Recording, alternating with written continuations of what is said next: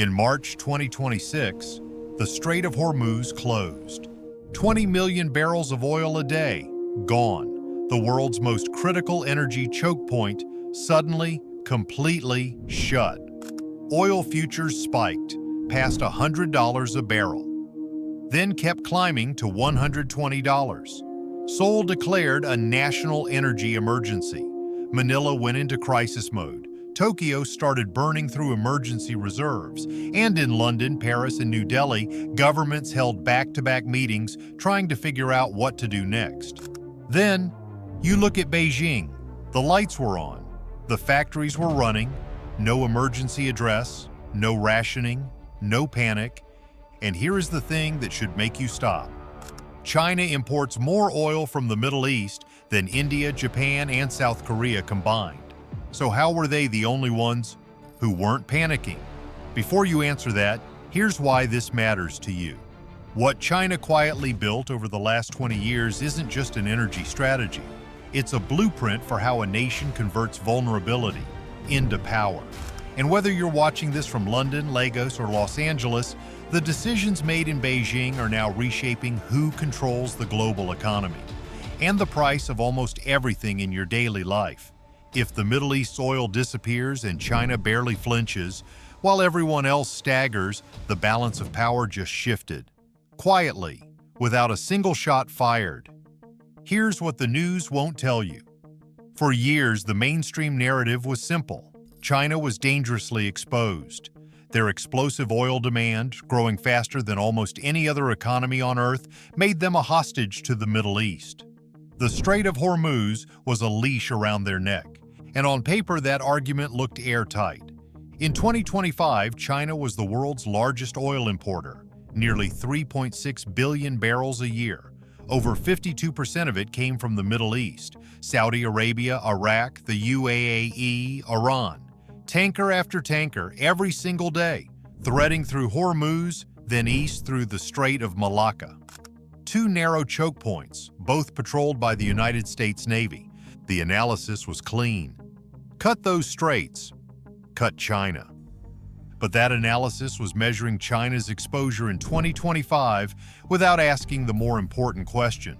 What had China been doing for the 20 years before that? Here's what nobody was asking. If China knew they were vulnerable, and they absolutely did, what did they actually do about it? Because this isn't a story about the crisis of March 2026. That's just when the plan paid off. This is the story of a decision made decades earlier. A quiet, methodical, almost invisible strategy. One that unfolded across pipeline agreements, port leases, underground construction projects, and industrial policy. While the rest of the world looked the other way. The real question isn't, why did the Strait of Hormuz close? The real question is, why was China the only country on Earth that had already planned for it? To understand this, you have to go back to 1991. Desert Storm. The U.S. Navy demonstrates in real time that it can shut down the Persian Gulf whenever it chooses. Every Chinese strategist watching understood exactly what they were seeing. Washington controlled the tap.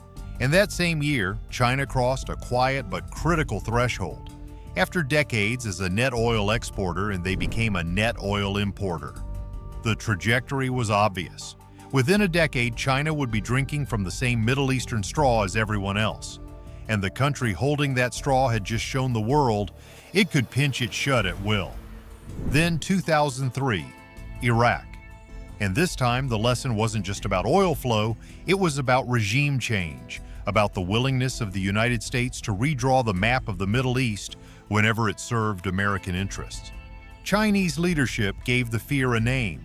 They called it the Malacca Dilemma. The cold mathematical reality that 80% of China's crude imports pass through two choke points, Hormuz on one end, Malacca on the other, both patrolled by a country that increasingly viewed China as a strategic rival. And in that moment, a decision was made. Not a press release, not a 5-year plan announcement. A vow, never again. What followed was one of the most methodical infrastructure strategies in modern geopolitical history. Not one escape route. 4.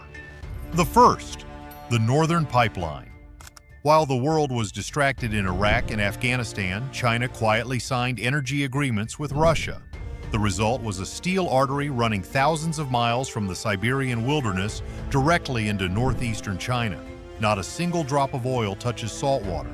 No tankers, no straits, no foreign navy standing between the wellhead and the refinery.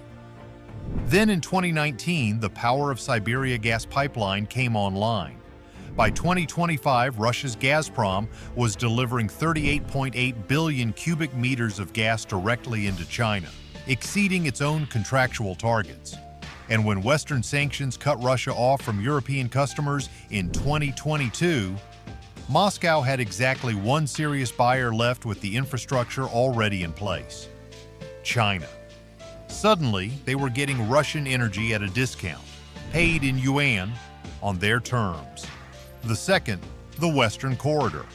Follow the map from China's western edge, down through Pakistan, all the way to a small fishing town on the Arabian Sea that almost nobody had heard of: Gwadar. In 2013, China announced the China-Pakistan Economic Corridor. $62 billion. Highways, railways, power plants, and at the southern tip, a deep-water port at Gwadar, leased to a Chinese state-owned operator for 40 years. The logic was simple, but brilliant. Oil tankers arriving from the Persian Gulf could unload at Gwadar, which sits just outside the Strait of Hormuz, and move overland into western China. No Malacca, no South China Sea, no contested waters, and a parallel route through Myanmar. A 2,400-kilometer pipeline running from Myanmar's coast to Kunming in Yunnan province, with a capacity of 440,000 barrels per day. The gas line has been running since 2013. The oil pipeline since 2017, two entirely separate overland routes into China that no navy on Earth can blockade. The third, the underground empire. Beneath China's coastline, carved into solid rock hundreds of feet underground, sits something most Western analysts chronically underestimated: China's strategic petroleum reserve. By December 2025, according to the U.S. Energy Information Administration, China had accumulated nearly 1.4 billion barrels of crude. Government-held reserves alone reached approximately 360 million barrels, comparable to America's entire strategic petroleum reserve. But China's commercial inventories added an estimated 1 billion barrels on top of that, enough to replace every barrel China imports through Hormuz for roughly 7 months. Not days, not weeks, months. Here is how that played out in real numbers. When the Strait of Hormuz closed in early 2026, China's Middle East import share collapsed from 52% to just 31% by May, a 28% fall in volumes from the region. For any other major economy, that would be catastrophic. Instead, China switched suppliers. Russia stepped up. Brazil stepped up. Pipelines kept pumping. And the strategic reserve absorbed the gap. Compare that to Japan, sourcing 95% of its crude from the Middle East. South Korea at 70%. Singapore, which had just increased its Middle East dependency to over 70% the year before. These countries had no northern pipeline, no Gwadar, no 7-month buffer. They were exactly the countries China had refused to become. And then there's the fourth escape route, perhaps the most quietly devastating of all. By 2024, more than half of all new vehicle sales in China were electric. The IEA confirmed China sold over 11 million electric cars that year alone, more than total global EV sales just 2 years earlier. By 2025, the oil displaced by China's EV fleet was roughly equal to everything China had imported from Saudi Arabia in a single year. Let that sink in for a moment. China's clean energy investment hit over $625 billion in 2024. They achieved their 2030 wind and solar targets 6 years early. Domestic gas production kept imports flat even as consumption grew. The result? While the rest of Asia remained fully exposed to whatever happened in the Persian Gulf, China had quietly built a wall between its economy and that single point of failure. 20 years of planting, coming to harvest at exactly the right moment. So where does this go from here? Most likely, the conflict stays contained and shipping eventually resumes. China emerges with its strategic reserves largely intact, its economy relatively undamaged, and its geopolitical leverage significantly enhanced. Every country that scrambled, Japan, South Korea, India, now understands exactly how exposed they are, and exactly who isn't. If the disruption extends, China's 7-month buffer gives them options no one else has. They can wait, they can negotiate, they don't have to panic buy at record prices. The countries that do, they're the ones funding whoever's selling. And in the worst case, a permanent realignment. The Middle East share of Chinese imports, already falling fast, keeps declining. Russia deepens its role. Gwadar becomes operationally critical. The entire energy architecture of Asia permanently shifts, with China at the center of the new network rather than dependent on the old one. Each scenario leads to the same destination: China stronger. Everyone else adjusting to a world they didn't see coming. Here's the perspective shift. For 2 decades, Western analysts looked at China's energy investments and saw infrastructure, pipelines, ports, solar panels, spreadsheets and concrete, background noise. What they missed was the strategy underneath it. China wasn't building an energy network, they were building immunity. Every dollar spent on Gwadar, every kilometer of the power of Siberia, every cavern filled with crude, every electric car sold on a Shanghai street. It was all the same calculation. The calculation that one day someone would try to use energy as a weapon against China. And when that day came, the weapon would be useless.